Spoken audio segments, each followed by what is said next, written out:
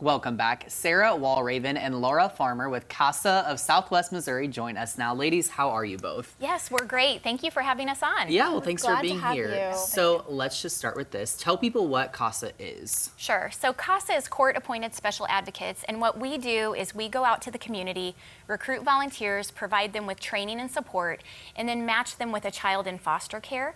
And so during that child's time in foster care, that CASA volunteer will meet with that child at least twice a month, really serve as a mentor and a positive role model, a consistent adult in that child's life, but gather all kinds of information and bring it back to the foster care system and to the court system to advocate for whatever that child might need. Yeah. Okay, so what kind of qualifications does a person like that need to have?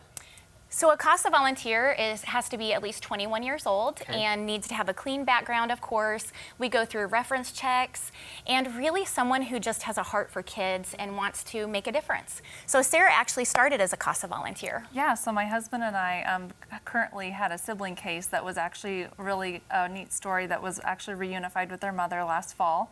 And the really cool thing about that experience is we still get to have and be invited to birthday parties, concerts, and so just that whole story, although they're back where they belong, and that's really exciting that we're still part of their journey. Well, Yeah, and that's wonderful because I know that's the ultimate goal, but then Yeah. you don't want someone to just drop out of their life at the same time. Right.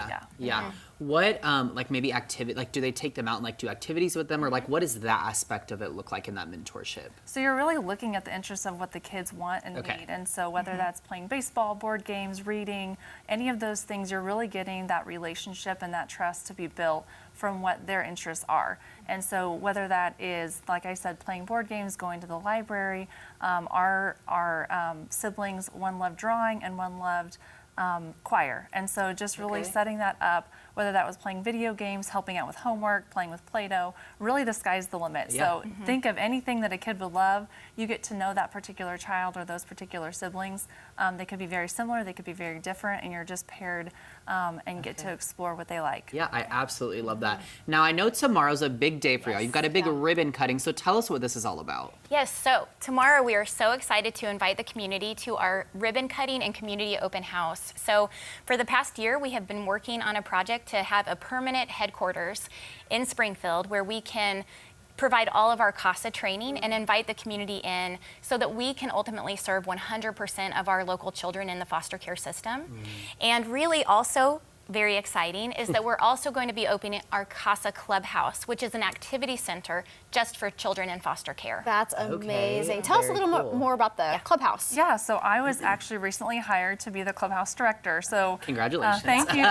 They started me off as volunteering and just really loved the mission and the teamwork and all the collaboration within the community partners and basically serving that why of those children in foster care. So whether that's playing basketball, a playground, board games, the clubhouse in and of itself has a full kitchen and laundry. So for those older youth that are learning life skills and aging out, some of those skills are yet not developed. And so that's an opportunity, that's a neutral site that they get to come and have either their CASA or maybe it's a family meal that they need supervised visits, but yet they can still have, not McDonald's, but they can cook a meal together. Yeah, so it's a absolutely. safe place. Yeah, yes. Yeah. Yeah, so what time and where is this ribbon cutting? Or are they two Yes. separate locations? Nope, they're right there together. The location is 627 North Glenstone. It sits behind the Ichiban Buffet in El Maguey. They're on Chestnut and Glenstone, and it's at 11 o'clock tomorrow morning. Okay. Yeah. Very And good. anyone from the public can come? Everyone can come and check it out, learn a little bit more about how they can make a difference for a child in foster care. Now, how can you be a volunteer? Do you need to fill out an application somewhere? Yeah, there's that intake process, then you go through an interview process, and then anything else can be, there's in-depth training. So they go through 30 hours of training. So if you're questioning, like, I don't know if this is right, they walk you through an extensive training and you do feel confident when you get that first match. And so you've got an advocate supervisor that's with you every step of the way. So if you have questions as a volunteer, you've got that point of contact within CASA to help you guide that process. Amazing. Awesome. Thank you, ladies, so much. This sounds Thank you. awesome. Thank So you. super excited Have for y'all fun tomorrow. Yes. Thank you so much. Yeah.